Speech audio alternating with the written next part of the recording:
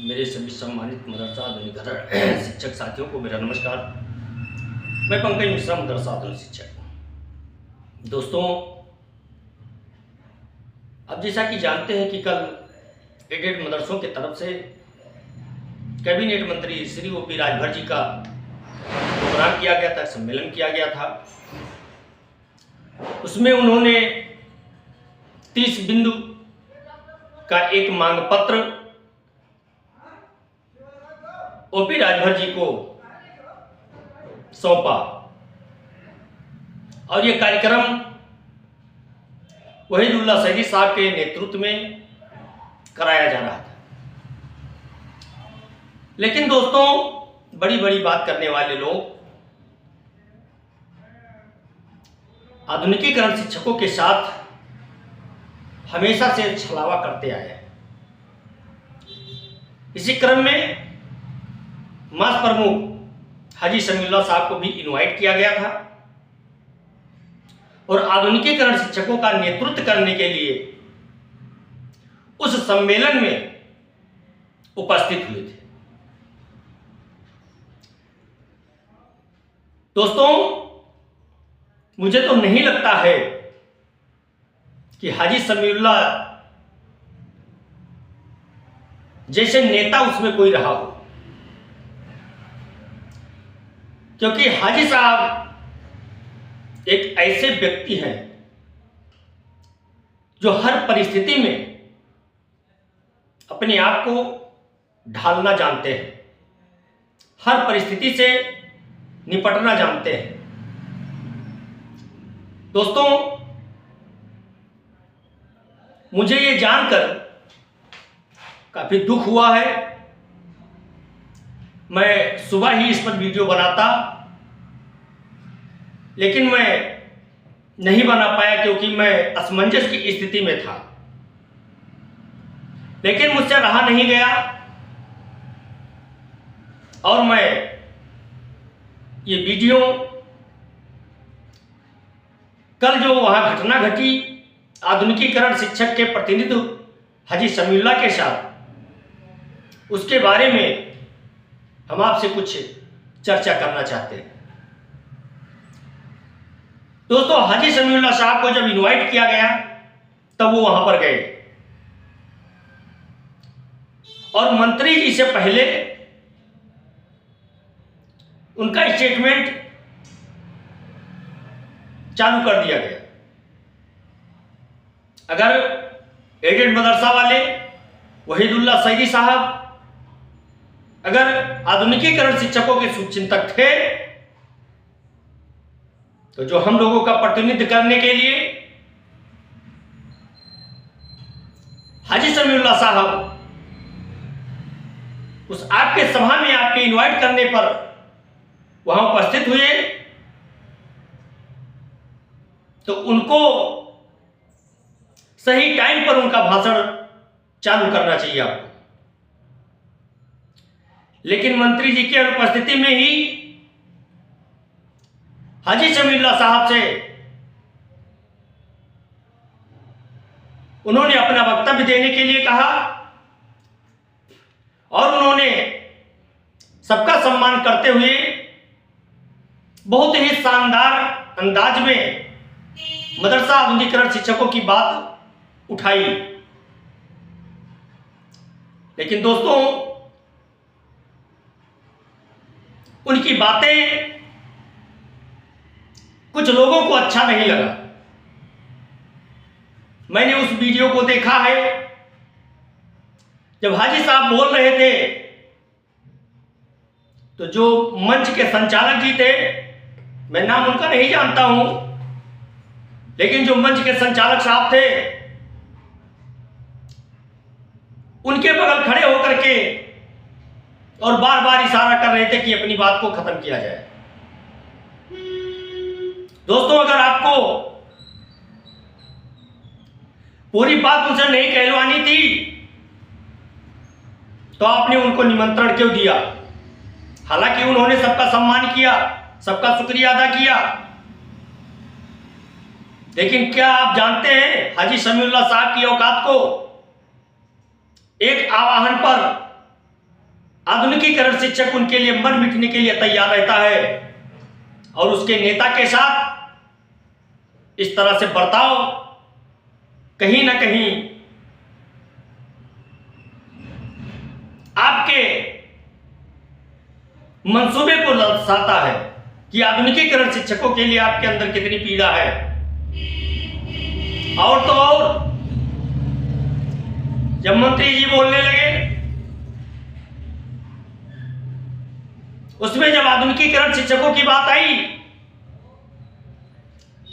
8 साल और 7 साल की जब चर्चा की गई, तो हाजी साहब ने 30 सालों का हवाला जैसे दिया, उनको चुप रहकर बैठने का फरमान जारी किया गया। दोस्तों, यह हम लोग कतई बर्दाश्त नहीं कर सकते हैं। लेकिन जब कभी भी समय मिलेगा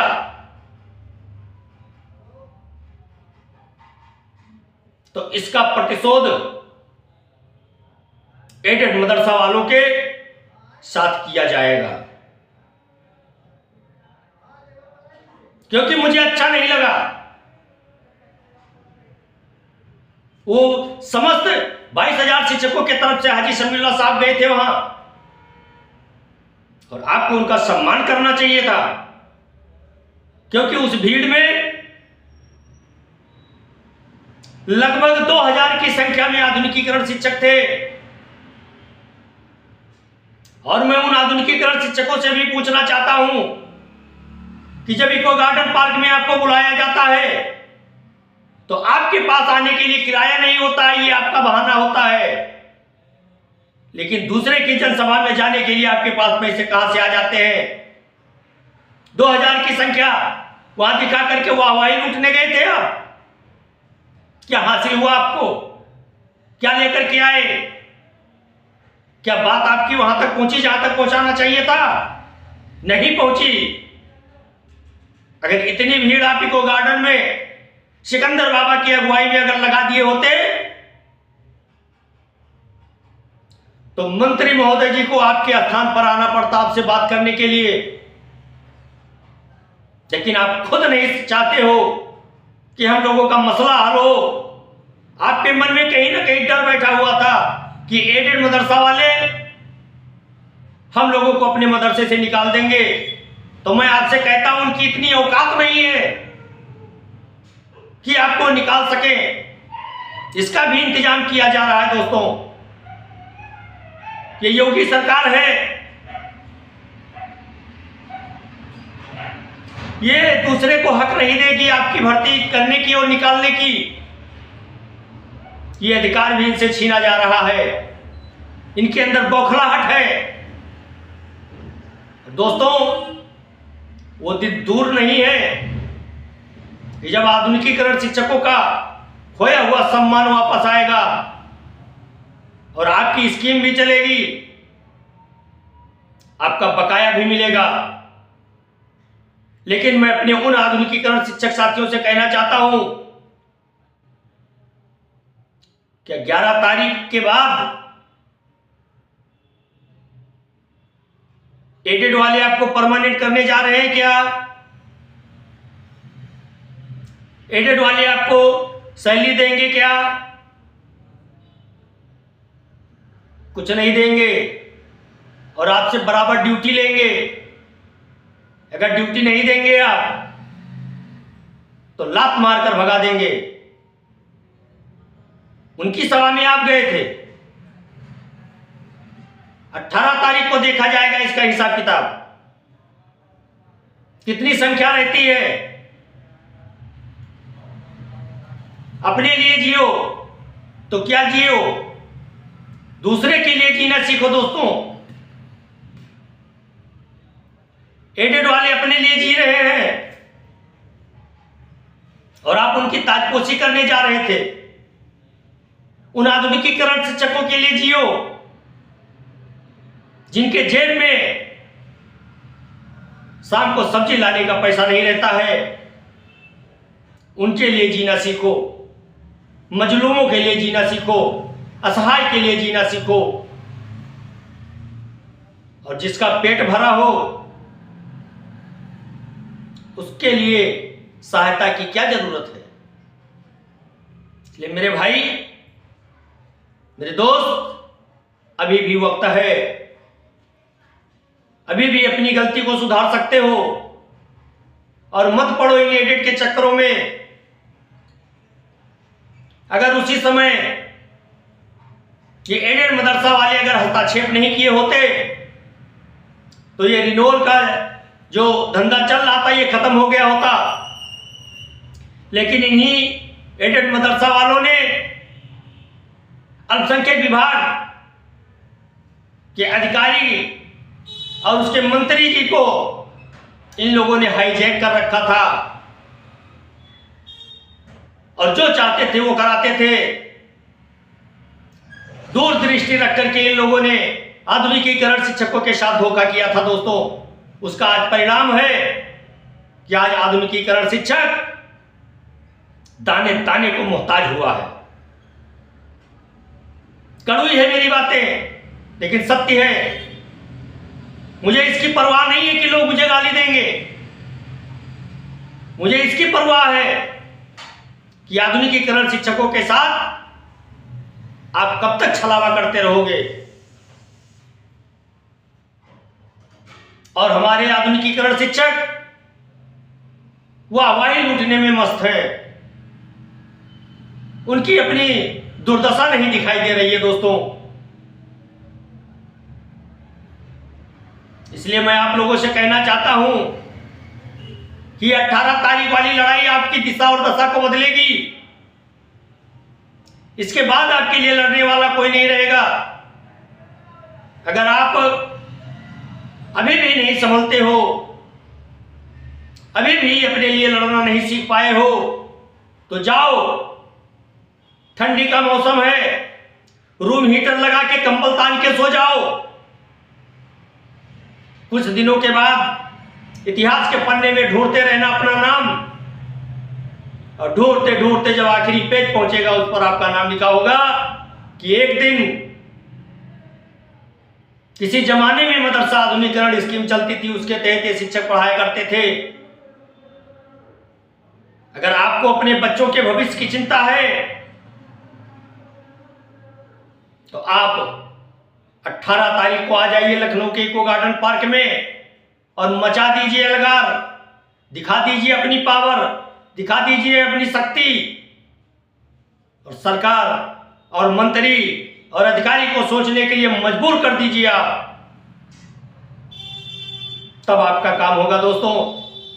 घर बैठकर सूचना लेने वाले बहुत हैं, सोचते हैं पंकज मिश्रा मुझे पहचान थोड़ी पाएगा, मुझे पहचानता नहीं, हम कह देंगे आए थे आप मिले नहीं, उसमें आपको ढूंढा आप नहीं मिल पाए, या आपसे मिलने का मौका नहीं मिला। तो दोस्तों ये पंकज मिश्रा इतना बेवकूफ इंसान नहीं है, वो समझता है। मेरे पास भी डिग्री है, मैंने भी टीचर का डंडा खाया है, मुझे भी शिक्षकों की छड़ी याद है। इसलिए मैं जानबूझ करके उसका प्रत्युत्तर आपको नहीं देता हूं दोस्तों, लेकिन मैं जानता सब हूं, उसके बावजूद भी मैं आपको समय देता हूं कि आप सुधरोगे। लेकिन आप लोग तो सुधरने की तो बात ही छोड़ दीजिए और काम बिगाड़ने में लगे हुए हो। उनका साथ दे रहे हो जो आपका हमेशा से विरोध करते आए हैं, और आप उनका साथ नहीं दे पा रहे हो जो आपके शुभचिंतक हैं। यह दुर्भाग्य है हम मदरसा आधुनिकीकरण शिक्षकों का दोस्तों। अभी भी समय है, जाग जाइए और आ जाइए मैदान में। संकल्प कर लीजिए, मात्र 1 सप्ताह का समय ले लीजिए और ये सोच करके घर से चलिए कि मैं जा रहा हूं 1 सप्ताह के लिए किसी टूर पर, घूमने जा रहा हूं, टहलने जा रहा हूं, और मैं 1 सप्ताह के बाद आऊंगा।